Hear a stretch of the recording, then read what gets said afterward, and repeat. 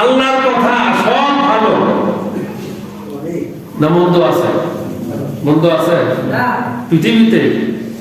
সব ভালো কথা বলা হয়ে গিয়েছে, শুধু বাদ আছে এখন পালন করা আর মানা। কথা বলেন না কেন? ঠিক না? যে ভালো কথা বলে তারই হচ্ছে দোষ। কি দোষ না? দোষ। যে সত্য কথা বলে তারই হচ্ছে দোষ। দেখুন, প্রেক্ষাপট অনুযায়ী কিছু বলার দরকার, আমাদেরকে সাবধানতা করার দরকার।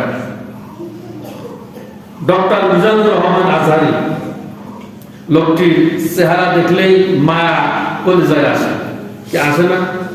আসে। আপনি মানেন আর না মানেন, আপনি বোঝেন আর না হলে বোঝেন, শুধু বাংলাদেশ নয়, তামাম পৃথিবীতে মিজানুর রহমান আজহারের মাহফিলে যত লোক হলো হয়, পূর্ণবক্তার মাহফিলে তত লোক হলো হয় না। 12 লাখ 14 লাখ 15 লক্ষ লোক হয় নাকি? চারটিখানি ব্যাপার। এটা কার দয়া? কার দয়া? আল্লাহর দয়া।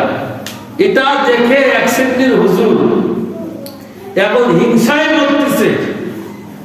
সেই দিনে এক পীর সাহেব, নাম বলবো না, ও পীরটা জানেন, আল্লাহকে ভালো জানে, বাসা চট্টগ্রাম। ও হলো বলতেছে যে মিজানুর রহমান আজহারির মাথা আমার কাছে নিয়ে এসে দিতে হবে পারবে, তাকে 10 লক্ষ টাকা আমি পুরস্কার দেব। শোনেন নাই আপনারা? শোনেন নাই? এই কথাটা এখানে না বললে ভালো হতো, যেটা আপনারা জানেন না বলে কথা জানেন না বলে। যদি না জানেন তাহলে আমি শোনাচ্ছি, শোনেন। তাহলে 10 লক্ষ টাকা ও হলো মিজানুর রহমান আজহারের মাথা নিয়ে দিতে পারলে সে হলো পুরস্কার হলো দিবে। আমি বলেছি শোনেন, সেই সময় তদানীন্তন সময়ে ইয়াজিদ চেয়েছিল ইমাম হুসাইন রাদিয়াল্লাহু তাআলা আনহুর মাথা। কি কথা বলেন, ঠিক কিনা? ইয়াজিদ চেয়েছিল যে হুসাইনের মাথাটা আমাকে নিয়ে এসে যাও। আরে ইয়াজিদ চেয়েছিল যে হুসাইনের মাথা আমি যদি পাই, ইসলাম শেষ হয়ে যাবে, নিস্তব্ধ হয়ে যাবে, গোটা দুনিয়ায় ইসলামের বাতি আর জ্বলবে না। ইসলামের বাতি আছে না নাই? কিয়ামত পর্যন্ত থাকবে না? থাকবে না? তাহলে তদানীন্তনকালের ইয়াজিদ চেয়েছিল ইমাম হুসাইনের মাথা, আর বর্তমানে পীর নামের এই জাহেল এসাই হলো মিজানুর রহমান আজহারের মাথা।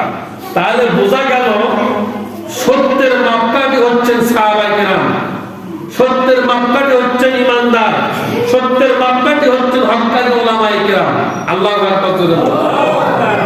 সত্যের মাপকাঠি যারা হয়, বাতিল এইভাবেই, যারা হক হলো হয়, এই হকের বিপক্ষে বাতিলেরা মাথাছাড়া হলো যায়।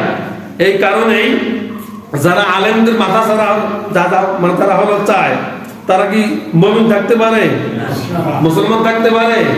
থাকতে হলো পারে না। বর্তমান সময়ে এগুলো আপনাকে দেখে শুনে কোন দিকে আপনি পা হলো হাঁটতেছেন, সারাটা জীবন নামাজ আদায় হলো করলেন, এই নামাজটা যেন আপনার কায়েম হয়, রোজা রাখলেন এই রোজা যেন আপনার কায়েম হয়, যাকাত দিলেন এই যাকাত যেন আপনার কায়েম হয়, এরপর যত আমলে সালেহা আছে, নেক কাজ আছে, আপনার এগুলো যেন কায়েম হয়।